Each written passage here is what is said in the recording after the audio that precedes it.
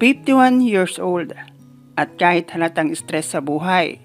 Dahil sa asawa niyang na-stroke ay hindi may tatanggi na masigit pang may asim kaysa sinigang. Ang nanay ng aking GF na isang dentista. Naitago na lang natin sa pangalang Josie. 5 feet in height, maputi at may slim na pangangatawan. Pantay balikat at blondie na buhok. Malambing at kung magiging biyuda siya nang wala sa panahon, ay maaaring marami pa rin ang magkakagusto sa kanya. At dala ng pangangailangan dahil sa kanyang asawang na-stroke, ay nagsabi siya sa akin ng financial assistance dahil sa haba na ng gamutan. Solong anak ako at walang problema sa pera.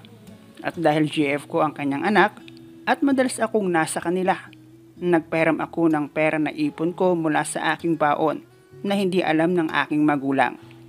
Pero naging bayad sa pagkakautang na iyon sa akin ng maaaring future mother-in-laws ko ay isang mainit at malalagutok na turukan at bunutan sa kanyang klinik katanghalian.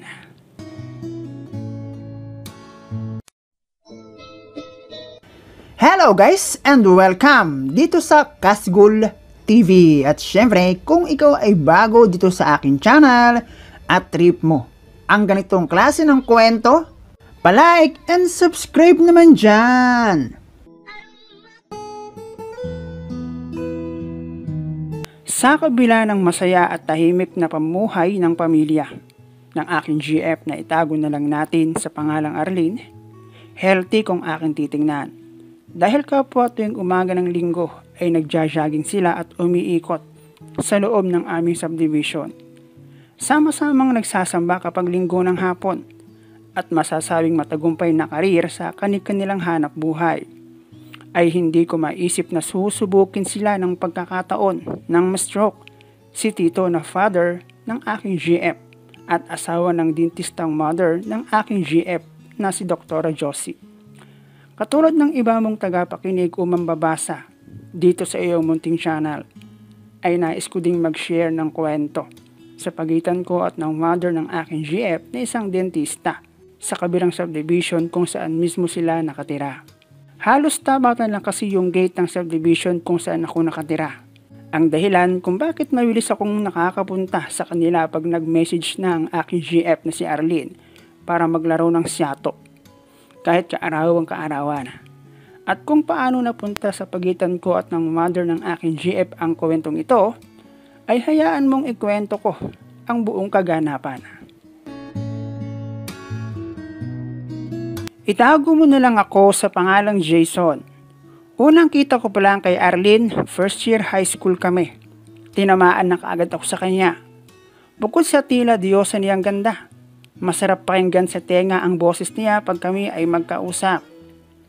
Maliban sa mga diyosang itsura at boses na magaan sa tenga, taglay din niya ang pinagpalang hinaharap na kahit first year ay halatang pagdating ng panahon ay isa iyon sa mga mapapansin liban pa sa kanyang itsura.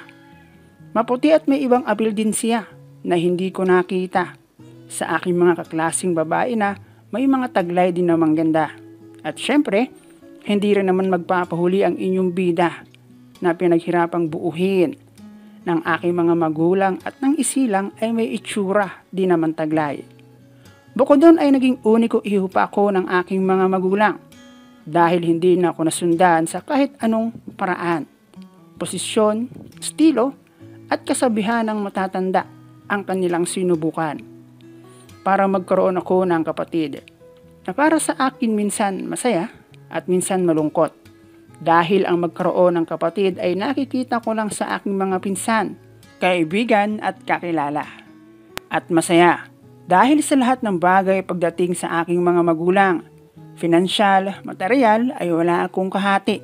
Lalo pa at kapwa sila merong maayos na trabaho. At masasabi kong isa ako sa maswerteng nilalang na naisilang dito sa mundong ibabaw.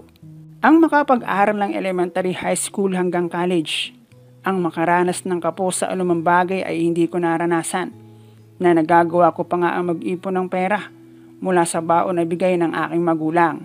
Abot ng ninong at ninang, tito at tita at ng kung sino-sino pang nakakaangat sa amin ng buhay. na aking ipinagpapasalamat dahil sila mama at papa ang nagkaroon ng magulang ako. Nabilang kami ni Arlene sa lab team ng aming paaralan. Simula noong first year high school, na kanya akong sagutin matapos ko siyang diskartehan. Hindi rin kami nawawala sa mga school event bilang muse at escort ng aming classroom at si Arlene ay choice bilang muse kapag intramurals. Matalino din siya at isa si Arlene sa mga dahilan kung bakit smooth kung naipapasa ang bawat subject meron kami. Magkasundo sa bawat gimmick na maisipan or dumating sa amin.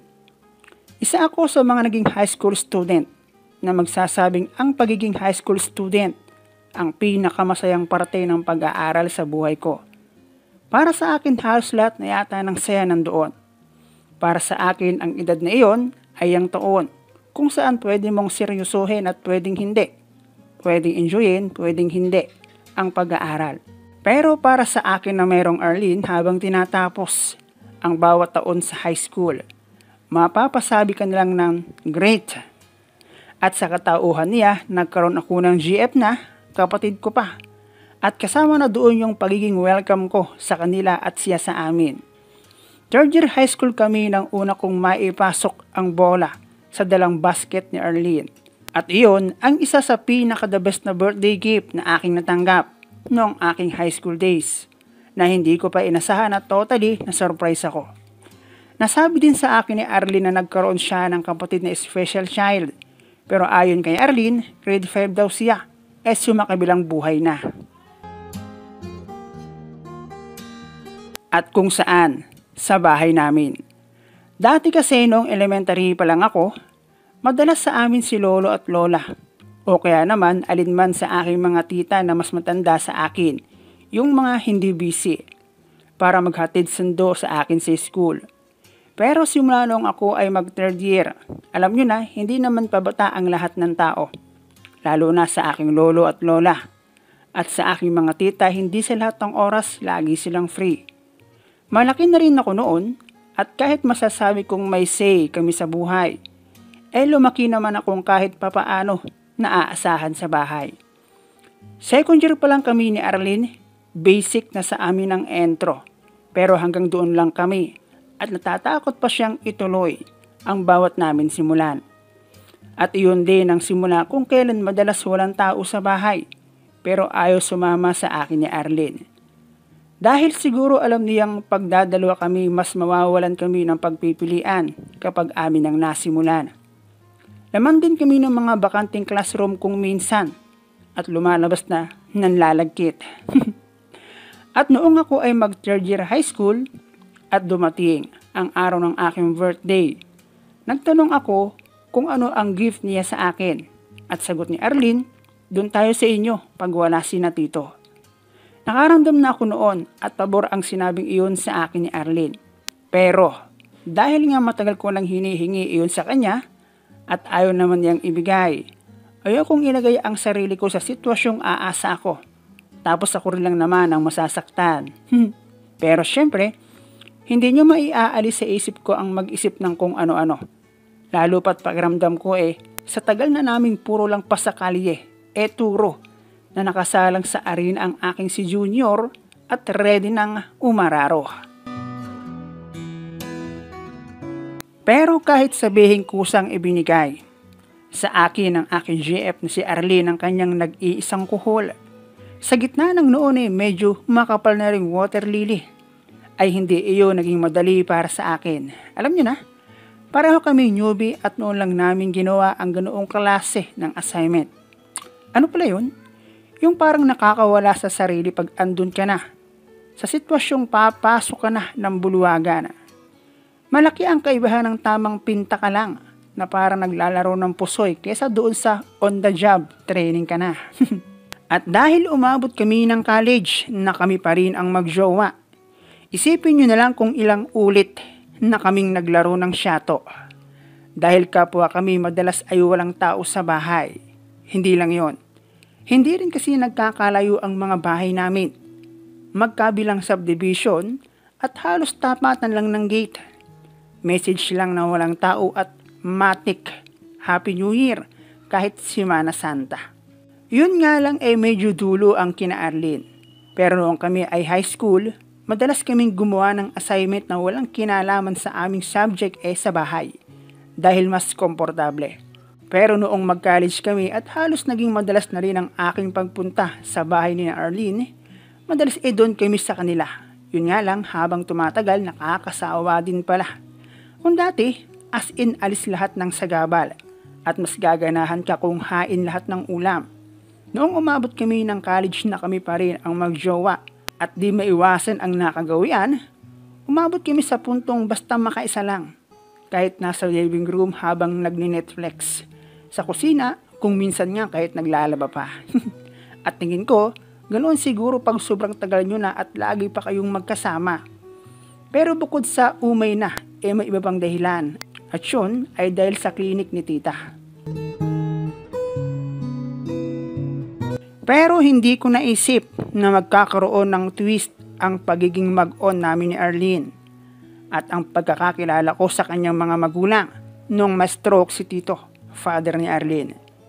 Hindi ko alam kung anong eksaktong trabaho ni Tito, pero related siya sa medisina at si Tita naman ay isang dentista na ang clinic ay nandoon lang din mismo sa subdivision kung saan sila nakatira.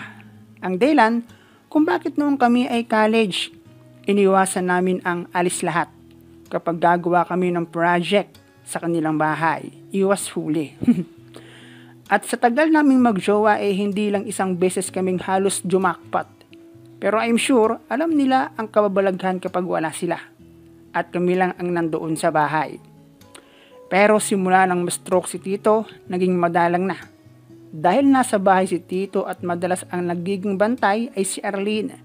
Pagkagaling sa school, palitan sila ni tita. At kung magawa man namin panakaw at laging nagmamadali na parang may kinatatakutan. At dahil sa pagiging stroke person ni Tito, dahan-dahang naapektuhan ang kanilang kabuhayan na kahit ako ay hindi makapaniwalang aabot sa ganoon ng kanilang sitwasyon. Dahil kung ako ang tatanungin, napaka-healthy enthusiast ng kanilang pamilya. Halos tuwing linggo yata ng umaga ay nagja-jogging sila sa loob ng aming subdivision at napakabihirang sumablay. Maging sa pagkain nga, maselan din sila. Malaki ang pinagkaiba ng subdivision namin kesa doon sa tinitirikan ng bahay ni na Arlene. Ang kanilang subdivision merong palengke sa loob at sobrang dami na ng tao at walang gaanong puno.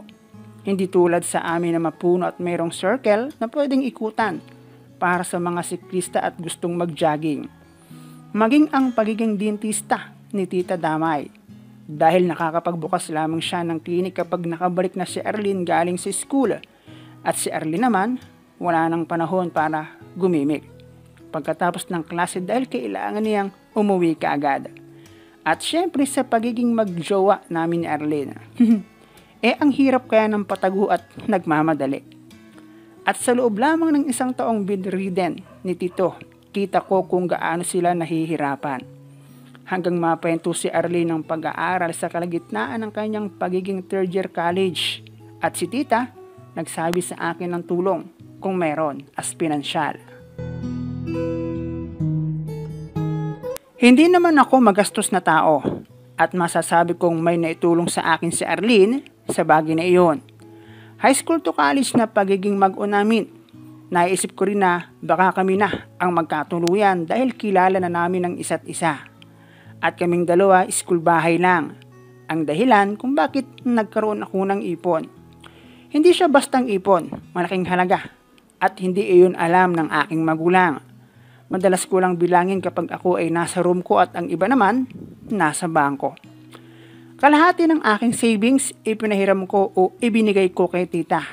At ang lahat ng iyon, hindi namin ipinaalam kay Arlene. Nasabi na kasi iyon ni tita kay Arlene. Nahihingi ng tulong sa aking pamilya pero ayaw ni Arlene. Kaya tumigil siya ng pag-aaral pero hindi sapat. Kasino lang naman ang kita sa klinik ni tita na may monthly rent at kakumpetensya pa. At dahil doon, muli na namang nagsabi sa akin si tita. Sinabi kong meron pa akong savings pero hindi ko yun inipon para iba ang makinabang. Hindi ko alam kung pamilya na nga ba ang tingin sa akin ni tita. Kaya walang alinlangan siya kung humiram ng pera. O maaaring dahil nasabi kong hindi iyon alam ng aking magulang. At noong tumanggi ako na halos magmakaawa si tita. At sinabing kahit anong gagawin niya, tulungan ko lang siya. 51 years old na si tita, pero hindi lang bastang asim ang mayroon siya. At kung matataong kunin na ng lupa si tito, may magkakagusto pa rin sa kanya. Makinis at maganda pa rin siya at halatang hindi laspag. At dahil sa sinabi niyang gagawin niya kahit na ano, may kung anong kabulustugan ang pumasok sa aking kokote. Naisip ko rin kasi na kung hindi ako nagkakamali, ay matagal nang tuyot ang palayan sa Ilaya. Dahil taon na rin simula nang ma-stroke si tito. At para bang ako ay naintriga sa kung sino ang mahusay magsyato sa mag-ina. At pumayag si tita nang sabihin ko ang aking kondisyon, kapalit ng natitira ko pang savings. At matapos mag-isip pumayag siya. Ewan ko pero hindi awa ang aking naramdaman. At sa puntong iyon, naging makasarili ako para pag-interesan ang possible mothers-in-laws ko. Hindi na kami nagpunta sa kung saan-saan at para mas safe sa clinic na lang raw. At matapos kong iabot ang hinihiram ni tita, doon mismo sa clinic sa gitna ng sikat ng araw ay naiturok at walang anumang kirot na binunot. At dahil sa pinasabog kong anesthesia, kumanat at naging manhid ako sa katotohanan at sa halip na manasakit. Ang aking ibigay ay sariling kapakanan ang naisip. Sa parating iyon ng aking buhay, hindi niyo ako masisisi dahil wala naman kayo sa sitwasyon ko. At alam ko na kung ikaw o sila ang nasa lugar ko, maaaring hindi ganoon ang nangyari. Sinabi ko naman na pagkatapos noon wala na akong may tutulong pa at ang pera ay mauubos at mauubos. Kasalanan man pero ang importante nagkasundo kami. At siguro alam ni tito na nagiging pabigat na siya sa kanyang pamilya at mas pinili ang hindi na lumaban. Ganoon lang naman ang buhay. Matapos ko ang makagraduate sa aking kursong tinapusan, nagtrabaho ako at tinulungan kong makabalik sa pag-aaral si Arlene. Sa ngayon ay graduating na si Arlene sa kursong naudlot na matapos. Bata pa naman kami at malayo pa ang mararating namin ng magkasama. At ang lihim ay mananatiling lihim.